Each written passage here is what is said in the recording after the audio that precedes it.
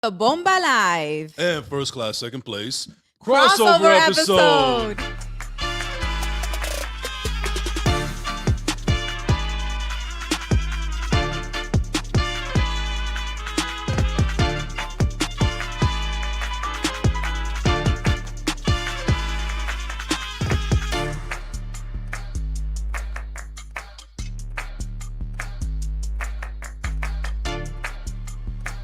Get ready to Bomba! Welcome to Bomba Live and the first class, second place crossover episode. Thank you so much for joining us. Bomba Live, the show you've been waiting for your entire life. I certainly have. This is Jason Enrique. We're live on top of Philadelphia here at the iconic Pyramid Club with Taylor in the background, our fearless producer from XBX Production. I'm here with my co-host, La Senadora, Dionely Reyes. How are you, Dionely? Senadora. Well, you're in the political game. People don't even know what's going on with you. Come on. You take it to the next level now. And the host of the First Class, Second Place podcast.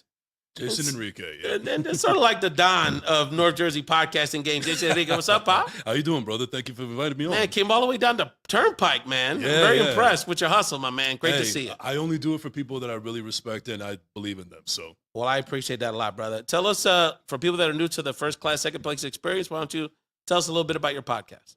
yeah, so again, I am Jason Enrique, the host of the First Class, Second Place podcast. I like to basically delve into society and culture. I have numerous guests on the show, basically in the entertainment business, whether it's movies, music, or if I feel like if you have something of substance to add to a conversation and add really good, interesting topics, as well as collaborating with other podcasts as well, then yeah, if I believe in what you're doing, welcome to the show. Appreciate you, Jason. And before Dionely lets us know what's on tap for this amazing crossover episode, what I really appreciate about your show, what I enjoy watching your show, is it really gives me a flavor of what's going on in the Latino scene in North Jersey. I know you also obviously connect with the New York entertainment crowd and arts crowd, but a lot of people kind of sleep on North Jersey. It's a big Latin scene. Yeah, and it's funny you bring that up because that is kind of the basis of why the name of the show is called First Class, Second Place. Because long story short, I look at Jersey, all of Jersey, as a first class state, but we're considered the little brothers. So, we're in second place, but we're still first class. That's what's up. So later on in the show, we will learn more about Jason Enrique's podcast journey and Reyes' analysis of last week's State of the Union. And I'm going to defend the honor of South Jersey in our Huepa segment. That's But it. first, Ray has been sharing recently on social media about his mother and activist Sonia Collazo's health status. I know, Ray, this has been a very difficult time, but the greatest challenges reveal the biggest lessons. Thank you, Dionely. For people that don't follow me on a personal social media, my mother has been dealing with some level of dementia for about 6-7 years now, and her health has really taken the last few months a pretty steep decline. I haven't announced this on social media, but I'll share it here. She actually began hospice care about a week ago. And if you don't know my mom, and obviously everyone generally thinks really high of their mom and thinks they're the best mom. But if you see some of the comments, and I encourage people to check me out on Facebook and Instagram about the level of love that people of all generations have for my mom. My mom was a city worker. She was really one of the first kind of Latina professionals in Philadelphia. She was probably one of the first 20, 30 Latina city workers in the 70s, and was always through activism, the Catholic Church, working for the city, politics, was always kind of like a shining example for women in particular and folks in our community.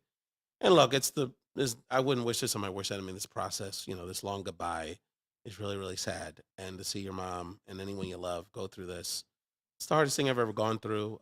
But there's been a lot of lessons that even that my mom's taught me, and the people that she touched have taught me,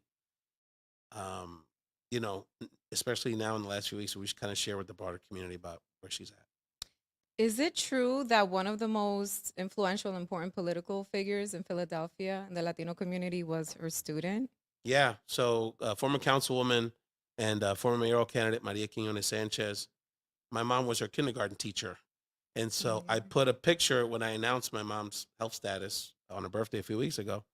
It was actually a picture of my mom teaching kindergarten, and Maria's sitting there, she's like a 5-year-old, and so Maria commented on that. And it's interesting because I posted another picture of my mom playing like volleyball on the beach. Before she came here, She went to college for 2 years on the island, and I reflect on the fact how little I know about that part of my mom's life, like the young adult Yeah, phase. yeah. Before you were Yeah, here? before me, yeah, and even before when she got here before me. Mhm. And so, so my mom is a wonderful person in that she was very giving and very outgoing, but with her personal life, she was really personal, even amongst her family. Dionely, I know that you've gone through these challenges with loved ones, and it's this process is so difficult, but that's why it's important for us to actually talk about it to help get through it. Absolutely. Yes. Today is actually my grandmother's year and 3 months, como uh, what do you call it? Month anniversary, I guess. So when she Yeah, passed away, she had it's like Alzheimer's. when seventh graders date, they go by months with their relationships. Yes, and it's it's tough, and I realize that it takes a lot of strength to hold on, but it takes even more strength to be able to let go. So Mm. that's the process that I've been going through. And when you let go, you're not forgetting the person. You're just honoring them in a different way, and their legacy it lives on through us. So we have to remember that. What? Because I know, knowing you through that most of that time period, I know how hard it Mhm. was for you, and it's still not easy. But what was a tipping point for you to kind of turn that corner, turn that page, to go into this, to take your grief in this path? Well, it was when Ray, me vas a llorar. Well, No, hey, no, no. yeah, you'll get Okay. through it. Come on, do it for her. Come on. Was when my mom asked me, when she passed away the best way someone could pass away, in her sleep at home. And my mom and my older sister, they're like, well, we, my, that they talked and they agreed that I should give the eulogy, Mm. and that we teníamos la hora santa, Mm-hmm. and that I would help lead the family in prayer. And when we were preparing the, what do you call that? The little recordatorio. Mm-hmm. I'm speaking more Spanish than That's ever fine. today. Flip El it. recordatorio, which is what, like, you hand out when people get to the funeral with her picture and everything. Oh yeah. And then in the back, all of my aunts, most of my aunts and uncles, my grandmother's children, were like, yeah, hay que poner el Padre Nuestro. And she was a woman who ella echó pa'lante. She was an entrepreneur. She was successful, very respected in her community. She didn't learn how to read, but she was very faithful. Tenía mucha fe en Dios. And she would always, even in her Alzheimer's, that she would forget who we were, she never forgot God. I remember that she would, like, sometimes, like, hold her head and she would be like, ay, papá Dios, quítame esta confusión. My mom says some of that. Yeah. And in your picture that you posted, in the caption, you wrote that it looks like she was, like, talking to God because she was kind of looking up. No, you actually said that. I thought she was playing volleyball. Oh, you thought she was playing And volleyball? yeah, Oh, I think said she's it? playing volleyball, and you said it looks like she's praying for the car behind her to get Yeah, fixed. yeah. Okay, And so I'm then like, I thought that. I never thought of it that way, but I guess I'm a guy. I'm thinking sports, and I'm you're thinking God. I'm like, you know what? thinking You're probably faith. right. Because the There's hood a of the much better car- chance my mom was praying the car than was playing open. volleyball. The priorities are shifted. Yeah, my mom was 4'10". I don't know how competitive my mom's Yes, the is Italian ones 4'10". that are feisty sometimes. Oh yeah, Yeah. Davi, So- Bugsy Bogues. yeah. My point is that you gotta let go of the people that we have, because that's a part of life, that they're gonna pass away. But something we could always hold on to is Papa Dios. He's always and there. it's about but it's also about continuing their legacy. Yes. And so there's no Bomba live without Sonia Collazo. Yeah. I mean, because the whole purpose of this endeavor is to show our community's excellence, character, and perseverance, and that's my mom. Mm-hmm. And there's so many, and we'll have other opportunities to talk about her legacy, and she's still with us and going strong in many ways. But she wouldn't want me to be crippled in sadness. Mm-hmm. She would want us, and there's been even moments, which I'll get into in other conversations around, That's a part of where it. she's shared that signal to me. Yeah. She wants me to keep going, and it's actually growing her legacy and growing the amount of people that she touched, because right here, there is no this is a part of her legacy as much as But you anything. got to process the sadness, not run away from it. That's Because a right. lot of people, oh, I'm fine. No, I'm good. Oh, I'm starting to get sad. Oh, no, let me ignore it. Let me think about something else. No, you have to process that That's right. sadness. Like, Yeah. That's right. otherwise, it's still gonna like be there, and it could affect your mental health in the long I run. want to get Right. Jason in this conversation, brother. You know, Yeah. you've dedicated a lot of your content around mental health Mhm. awareness, Mm-hmm. and so which is certainly challenging a lot of times for men is to be open about those conversations. So how did that part of your content evolve? Well, it's funny because it kind of piggybacks on the conversation that we're just having right now. Mhm. So, my father, God rest his soul, he passed away about 6 years ago, very unexpectedly from a heart attack. Oh wow. And long story short, this is like we lived together for a number of years, and it wasn't the best father-son relationship, but there was always that respect that was there. And us being under the same roof and two alpha males, we would always clash heads and so on and so forth. But this was a man that I felt like he had a lot of trauma and a lot of unresolved issues from his past that he never got the help that he needed. And long story, and in turn of that, I feel like I was kind of following in his footsteps. And then as I got to be more aware of my behavior and my surroundings, it kind of hit a something in my head where I was like, well, maybe is there something going on here? Like, is there something that's not clicking in my head correctly? And based on therapy, when you go to therapy, you channel in a lot of childhood trauma, and you basically are a chip off the old block from your parents, and in this case, it was my father. And I feel like he was just a man that he would have benefited tremendously through therapy if he actually went down that route. But he was very old school Latino it guy, wasn't like, access. I look good, I feel good, I should be good. Yeah. But I wanted to get to the bottom of it because I knew it could be possibly a generational curse. And the more I started talking about it on my show and being vulnerable and open about it without having to worry about what anybody is going to say, it was actually very therapeutic for me, and it felt good. And what I didn't expect was to actually see other people out there that felt the same way that I did. And it's just like the way what everybody says, you're not alone.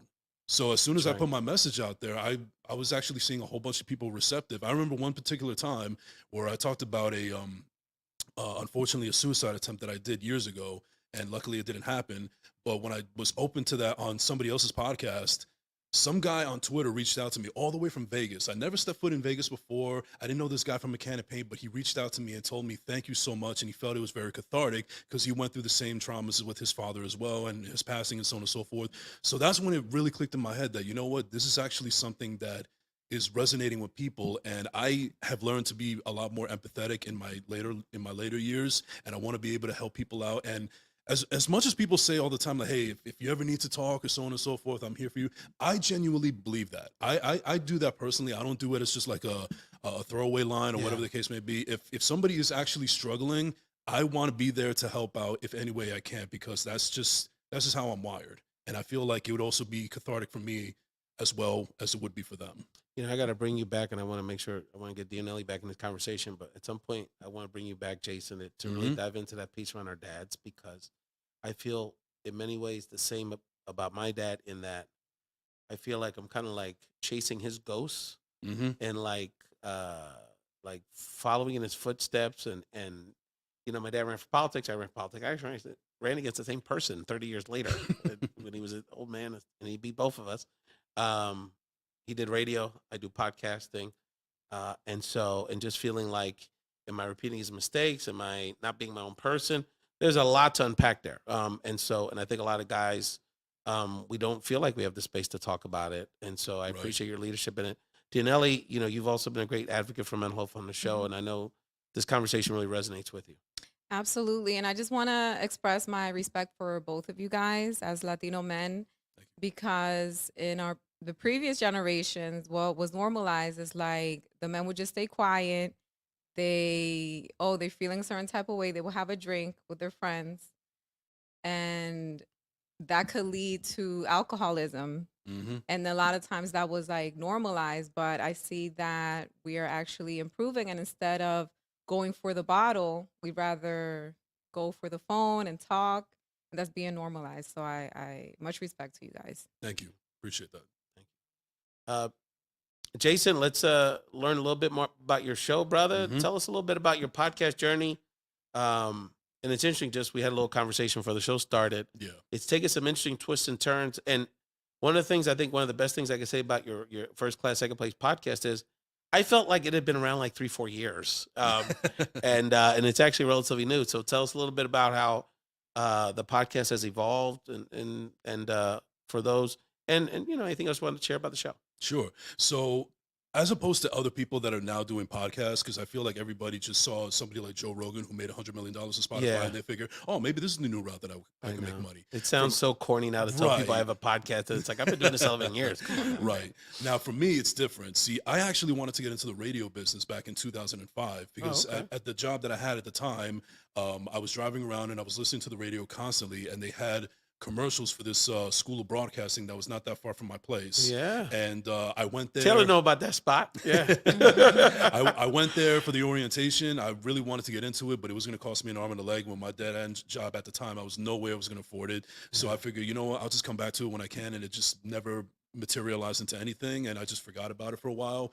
And then with everything that was going on in my life, where I felt like it was a really down time in my life where I felt like I wasn't doing anything significant with my life. I thought I was just going to be a normal, regular person who just, goes to his 9 to 5 and then lives out the rest of his day. Nothing wrong with that, but I just didn't think that that was the life for me. I always saw myself doing something better than that, or involving some kind of creativity in my life ever since I was a kid.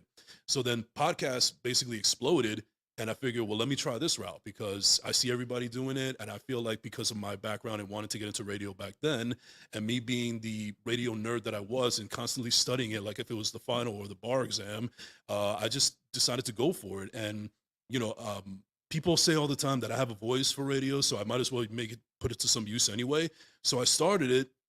And as far as like sound polished and so on and so forth, I think it's because I just indoctrinated everything else that I've learned in radio. Like I would listen Yeah. to a lot of my radio heroes consistently and kind of Yeah. emulate them and imitate them. And I think You that's get a little why- piece from everybody. Right. And Even I the think, sports stuff, which I know we share that passion, like yes. those lessons around how they present themselves, how they do Mhm. creativity, even go into the non-sports content. Right. And I think that's what helped me develop my skill into what it is now. And I'm always just looking to get better. And I also feel like I kind of put a responsibility on myself where there's anybody that's out there that is legitimately passionate about doing something like this, not just getting into the monetary reasons, then I'll help you in any way that I can. So that's why I'm all about collaboration, not competition. Awesome. Have you ever felt like quitting? No. I never felt like quitting once at all. I actually mentioned this on another podcast. Shout out to the We Outside After Work podcast. I can do this until I'm 80 because I feel like this thing actually I feel the saved same my- way, bro. I could do this Yeah. I could do this Because 10 not hours only a do day. I love it so not much. only do I enjoy this, but I've mentioned before that podcasting I feel like legit saved my life. Because if I feel That's like that heavy. if I didn't do this, then I probably would have been in that dark space in my head where I feel felt that like way very to some small and degree. insignificant. Give me So hope again in my life. yeah, so I feel like I'm gonna keep on doing this and I love it. And I have to give honor to something that really saved my life. And where do you see yourself in your podcast career, your career in communications and media? Where do you see yourself like in 10 years? Basically still doing the same thing that I've been doing, but hopefully I'm a better host and I've made a lot more connections. And like I said before, I'm all about collaboration. I'm not about competition. I feel like we could all be successful if we're all on the same goal and we have the same drive. And if I have you in my circle and we are simpatico as far as that's concerned, then the sky's the limit. So that sounds like a really basic answer, but that's the best thing that I can think about right now. I haven't thought about 10 years down the line, but I want to stay the course the way that we've been going because I feel like it's been going great so far. Well, Jason, you're doing a wonderful job, and Thank you. again, we're really proud to do this first class, second place. So tongue twist. I'm dyslexic, bro. I don't know what to tell you. First class, second place podcast crossover episode, and we definitely want our audiences and our viewers to merge and support each other. Want to give a shout out to this show's sponsor, talking about podcasting and the power of Latino podcasting, the Latin Podcast Awards. This Jason, every podcast you go on, somebody's got one of these. Yeah. Our homie Rick Harrow and with his podcast, Shout out The to H Rick. Show, and no doubt. And he's also been an award winner in the past. This was the 2022 award, Latin Podcast for Best Video Podcast. And that's before I had Jason Taylor in my life. So I'm feeling really good about our chances this year. But it is such an important space to not only learn about the best of the best and what's going on with Latinos, sharing their voices, sharing their stories in El Idioma and the podcasting game, but it also has really developed a wonderful community. So check out @Latin Podcast on social media. And the founder of Latin Podcast Awards, Felix Montalada, a great friend of ours, is actually called out. He wants to find 100 new Latino podcasts to submit for 2024 nominations. One of the things I wanted to ask y'all about is that I found as powerful as actually doing podcasting, Dionely, the power of using it to network with other like-minded people in the podcast space and in the Latino leadership space. So I know you've had a lot of interesting experiences in radio and podcasting that have led to a lot of good connections for you. Absolutely. It led me to you, Ray. Look at that. What else do you need? And that was after a long time of me not being on radio. I co-authored a book and you invited me to go on your show. And we've had like this great connection and it's led to a lot of great things and learning a lot. I'm learning a lot through you. Thank She you. hasn't brought it up here, Jason. I don't know if she thinks it's a sore spot, but she's been going on another podcast. Or I don't know, the show, and it's a whole different vibe. Shout out the show you've been contributing to recently. Ponchi TV. You can't get more Dominican than that. Yeah. Ponchi TV, coño. Parece Amazing. como the Cera la Foca. I mean, this is like straight. You know you could be doing this in Santo Domingo, I was girl. on a show with him. You remember when I was in La Chelcha de La Mole? Oh, he's from La Chelcha? He's Oh, I from didn't there, realize that. And he Okay. told me. Ponchi Chelcha, I mean, come on. And he's always like thanking me because when he was in La Chelcha with La Mole, he would hardly talk. And I would be like, Ponchi, talk. He would hardly talk. But now he has like his own show. Oh, And okay. he's like, thank you so much for encouraging me to talk. Oh, that's now, what's and up. He's flowing. And when I went on his show, I think it was last month. It was in his basement. It was like really fixed up. You saw how it Oh, looked. that looked legit. Amazing. Yeah. And then when I went on the show on Friday, I'm like, send me the address because I depend a lot on the GPS. And he sends me the address, and it's to like a big studio in Pala Radio studio, which that's is what's really up. nice. And I go, and I'm like, oh Yeah, my it God, was a this nice is setup they beautiful. had there. And I was on. It was two other women with me, and then the other co-host, which is a male, and one of them is like the owner. One of the women that was Yeah. on the panel is the owner of the studio, Is that Karen? Lina Bono. Oh, okay. And she had told me, and the week before when we were celebrating Dominican Independence Day, that event I went to, she had told me, when are you going to Pala Radio? I'm like, oh, let me know. And then it just so happens that I went. We were on Oh, the that's show, what's up. and we were done the show. She's like, can you stay for my show? And it was like right after, so I did 2 shows. Oh, wow. It was Well, great. I mean, It you was know, awesome. when you become a huge And media something- star, something- próxima charity, Ay, It's a mi amor. manifestation. Started It's a here. manifestation. No, You know what I'm and saying? then the thing No, and then you about do it in it, Spanish. That's right. It's not easy. Very few people really could do the English and Spanish thing like the way you do. and I feel like I need to step up on my Spanish game, especially if I want to reach a bigger audience. Absolutely. what You know- has helped me a lot with that is reading the Bible. Yeah. And remember, I told you, Ray, that like I can't help but talk about God, and that's just gonna happen. And then I mentioned God, like that wasn't like the main topic, but I mentioned it. And then my mom tells me yesterday, she's like, "Can I give you some constructive criticism? Can you Wow. not talk about God so much?" Wow. And I'm like, "Are you serious?" No, I'm like, "Why?" She's like, "Because the show isn't about God." I'm like, "So you want me to talk about just worldly things?" And That's she's like, "Yeah, interesting. but she means it. I know she means it.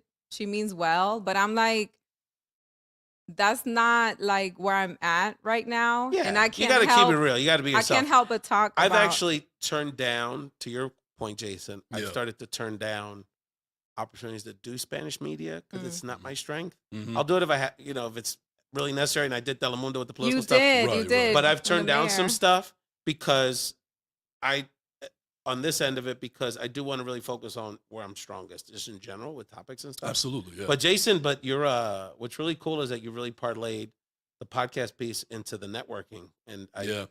so tell us about that experience, the value of podcasting to connect with folks. Yeah, and you know what? This goes into line where I say that podcasting really has also saved my life, but it also changed my life because before doing this, my social anxiety was just at the highest. It was in the red, and I feel like when I was able to snap out of that with podcasting, something just clicked in my head where I'm no longer afraid to go up to people, and I feel like the worst I could say is no, or I feel like I'm also a pretty decent judge of character. Yeah. And I feel like I know how to feel out a person if they be good to do this or do that. And it's also, like I said, again, it goes back to collaboration, not competition. If I feel like I really believe in what somebody is doing, I want to be a part of it or help out in any way I can. I'm not saying that I'm trying to bogart it, but it's just something that inspires me. So therefore, I feel I want to reciprocate that energy. Well, and the back. thing is, just on the Latino side of it, And that's why when I started 10 years ago, how much I believed in podcasting, because Hmm. I was like, there's so many stories to tell. There's like Absolutely, 60 yeah. million of it. It's like your flavor's different, mine, Dionely, Mhm. like all the other folks that come on the show. I'm always telling, especially the high-powered women I do the show with, like all of you are going to be more famous than me. I know at some point, I know it's going to happen, but I have a niche, and I have to, and I have kind of like this particular way, very inspired by my mom and my dad and my family, that I need to do this, and because we can bring these people like you and Dionely to the table. So support Latin Podcast. Check out the 2023 show. It's on YouTube. You can check out all the best of the best from last year. And if you have a podcast and you're Latino, you don't even have to do Latin flavored content. You, on whatever subject is, as long as there's someone that's producing it that's Latino in the mix, go to that Latin Podcast and submit your award for 2024 nominations. We're going to take a quick break to watch a Best of Bomba Live clip. We come back. We're going to get into the found translation segment. And then we'll get into this North-South Jersey debate here on Bomba Live, the show you've been waiting for. Mara! I just found out that Ray Collazo is celebrating his 10-year anniversary of being in the podcasting world. Ray, thank you so much for your humanity and for your humility. You've been a great friend to me, and I wish you nothing but great continued success, my friend. A la familia de Bomba Live, sigan por ahí gozando de la funky bacalao. Welcome back to Bomba Live and our first class, second place crossover episode with our special guest, Jason Enrique. Jason, how is your first Bomba Live appearance going? Wow. I mean, I've been a fan of the show for quite some time, but to actually be in it and be a part of it, it's surreal, but I'm really enjoying it. You guys are doing fantastic. You know, the other thing, Jason, we didn't shout out, I want to make sure we don't forget, is you're obviously a Latino guy, but you're a very interesting mix. What's your background again, brother? So I am Colombian and Costa Rican. Come on now. Pura vida. I mean, Pura Vida Paisa right here. I want to shout out a very good friend of mine, who's the only other Costa Rican Colombian I've ever met. My man, Doug Chavez, New York originally, Hey. but up in Boston now for the last several years. He does some of the political organizing stuff similar to me. So it's a wonderful mix. We're down with both crews. My wife and I actually did our honeymoon in Costa Rica. Oh, wow. And I know too many Colombians that count. So it's all good. So that's talk about North Jersey. That's the only place, Miami, North Jersey is the only place that Costa Rica and Colombia go up, you know? So much respect. Dionely, you got a question for me on the politics. Yes, on our Found in Translation segment, Ray breaks down the national political headlines. Ray, President Biden has gotten strong reviews from last week's State of the Union. How do you think Biden did to reach Latino voters? Very interesting. I think it's safe to say that Latino activists in particular, political folks in the community, I think feel, how would you say, mixed reviews. I think broadly speaking, the first thing that the box Biden had to check off was that he's not this fuddy-duddy old man that is not aware. I think he stepped it up more than his team thought he was going to. Very energetic, very strong. I think a lot of us also wanted to see us punch back a little bit on the Republicans and Trump for a variety of things, and he did that. He stared down the Supreme Court. The third thing was I think he articulated fairly well his accomplishments and kind of how that connects with his vision for the future, regardless of how you think successful he could be in implementing that. But I think he laid that out well. The short piece, which is the part, unfortunately, that I think the Latinos that are skeptical of Biden at this point, was two things. One is his commentary around Israel and Gaza and the Palestinian situation, which he basically punted on, which I think disappointed a lot of people that want to see a ceasefire and the end to the violence. And then the other thing is immigration. The substance wasn't terrible, shortening the policy piece he got into. He got a little weedsy about it around shortening the time that you get your asylum hearing. That's basically what we're advocating for, to have a reasonable process and similar policies, but using the word illegal and just sort of, you could just tell it's just a policy he's not comfortable with. So in a lot of ways, he hit a home run, but from a Latino activist perspective, we need to hear some more. I think they did. I feel like they gave him a Red Bull or something before the State of the Union. He was hyped, wasn't he? Yeah. And then the right's funny because he went from the fuddy-duddy old man to, he's like hyped up. And it's like, well, You know what I thought watching? I'm like, oh my gosh, he's not this like frail old man. He's not, like no. some people in the media had tried to make him look. And we all have like our weak moments that maybe we haven't had our coffee, we're dependent on coffee, or we're tired, and then that's the part that they try to make go viral. But we all have those moments. That doesn't define us. Well, and I don't think that defines him. No, and the other thing is that the two things for that. One is that if you don't follow politics closely over the years, he's 81. He's been around a long time. He's a stutterer. Yeah. So part of it is that, he's always had that, never always had the smoothest delivery all the time. And then the other thing is that you know, and this comes from, I'm in it knee deep, you know, not waist deep about it.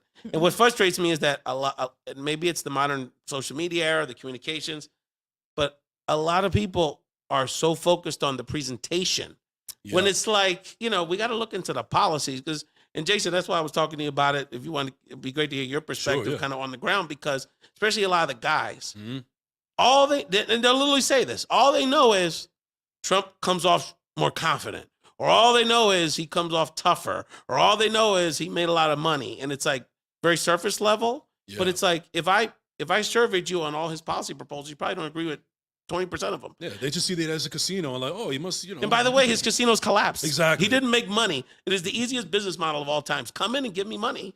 And they went bankrupt. And by the way, he still owes a bunch of construction workers. It's all about optics at the end of the day. Yeah. You know, he could rave about fake news all he wants, but at the same time, he needs that in order to promote his brand. Absolutely. So Jason, you know, you were telling me, you know, you talk to the homies.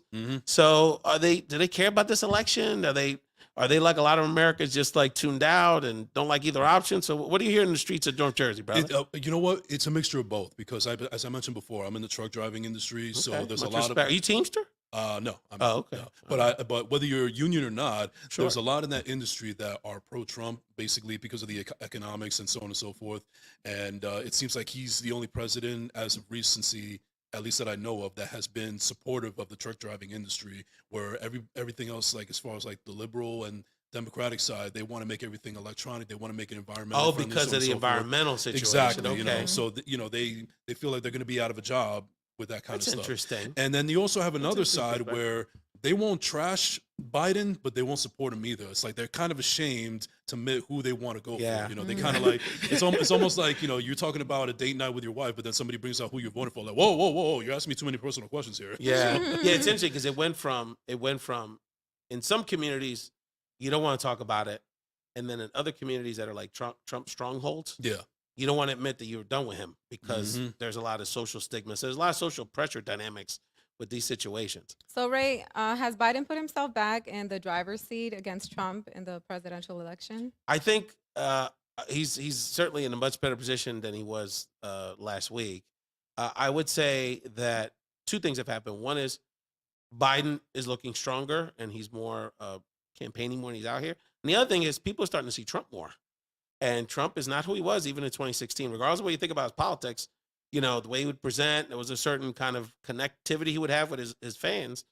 But you know, he's getting up there too. And he's not only just not communicating particularly well, he looks bad. That I don't know what orange mist they put on him, but his policies have gotten even further extreme. And he's talking about deporting all of us from day one. You know, obviously women's rights would be completely you know, be handmaid's tale with some of these policies that they're pushing. So I think it's the combination of Biden looking stronger and more people seeing, wow, Trump is really in bad shape. So, but that being said, with the Electoral College, this is going to be a 50-50 election, and we have to do all we can to elevate the Latino vote, particularly where we're at here, Dionely in Pennsylvania, because we're going to be the swing state. Right. And I'll piggyback on what you said. So has Biden put himself back in the driver's seat? For now. He's done it for now, but he's got to keep it up because he has a relentless person that's up against his heels, and you have a lot of people that are still going to support him. So he needs to keep up this thing. I mean, I even saw in the New York Post a newspaper that is definitely against Biden and so on and so forth. The front page news article said he's alive. So it's like, so it seems like it's almost like, oh my God, we got to watch out for this guy. No doubt. If he wants to ride this wave, he needs to continue. So he's in the driver's seat for now, but he's got to keep it up because who knows how long. And from a Latino perspective, he's got to do something. Yes. And address this immigration piece, whether it's executive actions or just being more aggressive and being more on the offense around it. Because, you know, for Latino leaders that have put themselves on the line for this guy again and again, and the Democratic Party again and again, we know the alternative is unacceptable, but you've got to put some up here. And I think that the immigration piece, not that's the only thing we care about. We care about a lot of things. But he's got to show something specifically. He's putting it on the line for the Latino community. All right, fam. That was, you know, all that political stuff. Let's get to the hottest segment in Latino podcasting, the Wepa segment, where we ponder some of the interesting issues as it relates to the Latino community. Dionely, it occurred to me when we booked this show that we have a daughter of South Jersey, a proud daughter of South Jersey, that being you, Yeah. la senadora, Dionely Reyes. Mhm. Because I know And we got a that. North Jersey homeboy here. So there's always been this interesting dynamic between North and South Jersey, Dionely. So I'm actually just you two are going to debate this. So the opening word goes to you, Dionely. So talk to me about this South-North Jersey divide. I feel like South Jersey, we are the better half of New Jersey, but we're And humble that's why about you're it. at the bottom. We're humble about it, okay? How's it going? But I love being from South Jersey. I have gone up to North Jersey and just like driving up there, and I start seeing that I'm getting closer to New York. Como que my anxiety level goes up Yeah. because I don't want to put down people from New Jersey. I still love y'all. Right. But me being so used to having ample parking and having Once you get around space, those space between my potholes in neighbors. Camden, there's plenty of parking. Oh. Absolutely. What side Well, are I'm you just on? saying, it's Right, you're Camden from- cows and the Wow. Jersey Shore. That's You're- South Jersey. You're from South Jersey. I live in too. South Jersey. To say I'm from there, let's not overstretch Ay, it. Hey, you señor. come, everything comes out here on Bomba Live. Same basket Jason, of brother, food. North Jersey, brother, talk to me. Good. Talk to me. I mean, we're right on top. We're north for a reason. So, but it's funny because as far as from like the sports aspect, I don't have a dog in the fight because if you're from South Jersey, it's Eagles. If you're from North Jersey, it's Giants. I'm unfortunately a Jets fan, so I have no dog in this fight. Yeah. But I definitely would side with the Eagles in a way because I'm not particularly a fan of Giants fans like that. Yeah, Sorry, my I Giants hear fans. you. Appreciate But there's that. other things out there like I'll even I'll do it to the lowest denominator right now. So even comes to like the food stuff, like Yeah? like up in North Jersey, we call them sprinkles. You put sprinkles on your ice cream. We Down had south, you call them Jimmy's. jimmies. Like what? I don't want jimmies on my ice cream. That doesn't sound right. All to me. right. No. Wow, that is triggering. I never thought of it that way.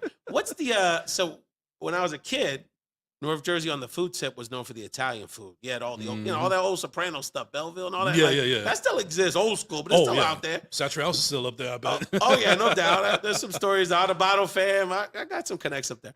They But- have subs up there. They We have have subs. hoagies. They have They have hoagies. 7-Elevens. We You have got- Wawa. And then you But- are by Sir. Y'all talked about Panzerotti. I don't even know what a Panzerotti Yes, is. But don't they it's also so call good. What's in a grinders? Panzerotti?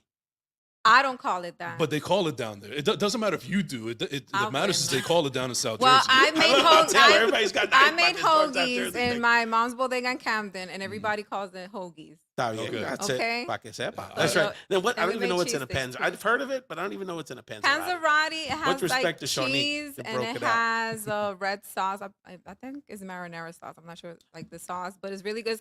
It's como un pastelillo. What do you guys call it? Pastelillo empanada. We call it pastelillo. We you call them empanada. pastelillos or But it has Sudamericano a empanadas. unique So they call them flavor. empanadas up as well. It's really good, and you got to be super careful when you bite into it. So what's interesting about the South North Jersey thing is that it's not like one central location. It's not like New York or Philly. Yeah. It's like North Jersey, even South Jersey spread out because you got the Camden Latino vibe, Vineland, those are the Yeah, the yeah. Campo down there, and then the Jersey Shore people. And in North Jersey, every little town has its own flavor. And So- wait, where's the cutoff too? Is it a diagonal cutoff? Like anything north of Trenton is, Yeah, then well, it's there's also the diagonal? debate. Like, there's a piece I that was is just going to central. say that. or is Yeah. it central? There is a Now central they're marking piece. their I think so. territory? Like Freehold and all Yes. that. So one thing that Northerners and Southerners can say, as far as Jersey is concerned, can say is, I think we can agree on, or for the most part, is like, is Central Jersey an actual thing? I tend to think it is, especially since the governor of New Jersey lives in Central Jersey. He calls it that. So I guess. Yeah. I guess Yeah, you that can say piece, that. Edison. Yeah. That to me, that's where. Yeah, That's where the border is of like Central yeah. going down to Central. Yeah, Six Flags. That's Central Jersey. Yeah. One thing's Princeton. for sure, whether we're from North Jersey or South Jersey, we are very proud to be from New Absolutely. Jersey. I Our, love our it. pride if 100. I love Yes. it. Give us a restaurant if people go to North Jersey, they should check out.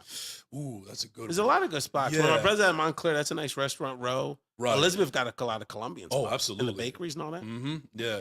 I'm like I said, I'm not from Patterson per se, but I think that Patterson has a great amount of restaurants over They there got as a well. lounge vibe there. Yeah, I enjoy it. No, but there's actual like legit restaurants, you know, Yeah. a little bit hole in the walls and everything. No doubt. One place that I would definitely shout out to is El Típico on Madison and 21st. Oh, that's what's up. I Sounds grew, Dominican. here's what's funny. So it's Colombian, Costa Rican, and Peruvian food, but it's owned by a Oh. Dominican woman. There Shout you out to go. Edie's. Oh, who the one making the cash? You know what I'm saying? And but yeah, no, it's I've been going there ever since I was a kid, and I still go what's there up. to this day. She still remembers me like when I was a little kid, Oh, and that's so on and what's so up. forth. So You gotta I peep that spot. not only do I think the food is great, but I just love being able to support small business owners like herself. If you're watching and you got a good Jersey, either hangout spot or restaurant, Share it on social media. We want to support our local businesses, and there is a lot of fun stuff to do in Jersey. Dionely, your final thought on this conversation On the whole conversation? on Jersey, On on Jersey. Jersey. Oh, on Jersey? Got No. a spot you want to shout out? Anything on the Jersey piece? Well, I just want to say that one of my favorite restaurants, as you mentioned restaurant, that immediately came to mind, is no longer open. But growing up is Neri's restaurant, Neri's Pizzeria, owned by a Dominican woman. And just her owning that restaurant and running it, That's what's up. it was an inspiration to me. And the thing about it is when she would be in the restaurant, she would look a certain way. But then when she would like close and like doll herself up, she became like this glamorous woman. So I'm like, That's what's up. okay, so I could do that too. You know what I mean? Because Oh, there's wow. a time where you're working super hard and then you look in the mirror, you're like, oh my God, I really let myself go. No, girl. You just need to darte un baño y darte un caché. Está bien. I Yeah, love mi that. amor. That's interesting. That's an inspiration for you. That's awesome.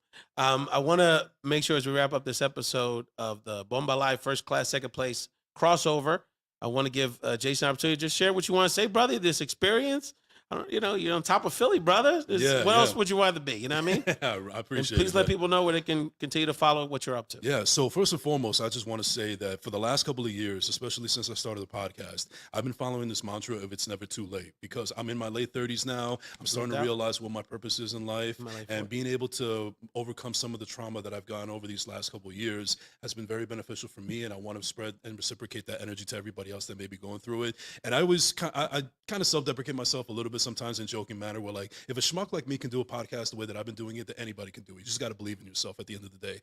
But as far as the socials and everything, you can find me at I am Jason Enrique on all social media platforms. Follow the First Class Second Place podcast on YouTube, like and subscribe.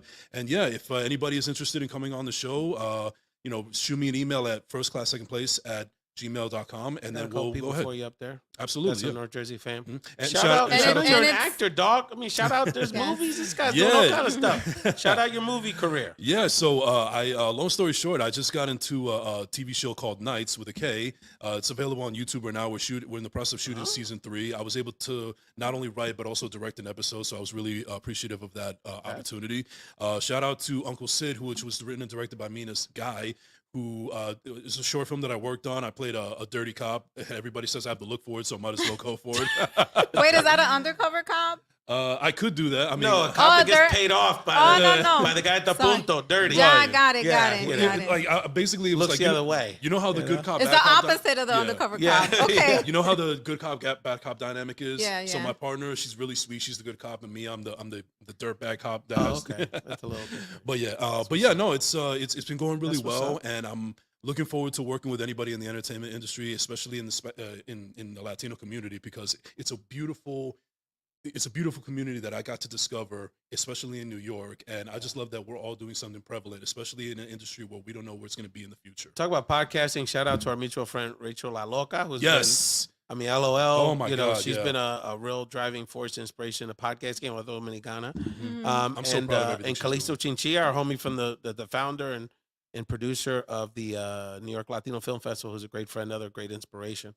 Before we give Dionely the final word, I wanted to mention two things. One is I didn't get to see it in the WEPA segment earlier, but I want to shout out Amanda Serrano. Amanda Serrano is the sort of GOAT of women's boxing, Boricua, one of the greatest women athletes of all time. She's even done MMA and combat sports. She was, Dionely, this was like the quintessential Puerto Rican story. She finally gets to go back to Puerto Rico to have a mega match. She sells out at Choli. She has Policeo. everyone watching, and she's not able to fight because when her hairdresser was doing her braids, she spilled some oil or some product in her eye, and her orbital bone got all messed up. So the doctor wouldn't let her because her cornea would have been exposed. So the doctor wouldn't let her fight. So I said, a Puerto Rican woman at the apex of her career, or apex of her life, this moment she comes back from the island from Brooklyn, she has this YouTube colonizer who's Jake Paul that moved to Puerto Rico for the big tax cut as her manager.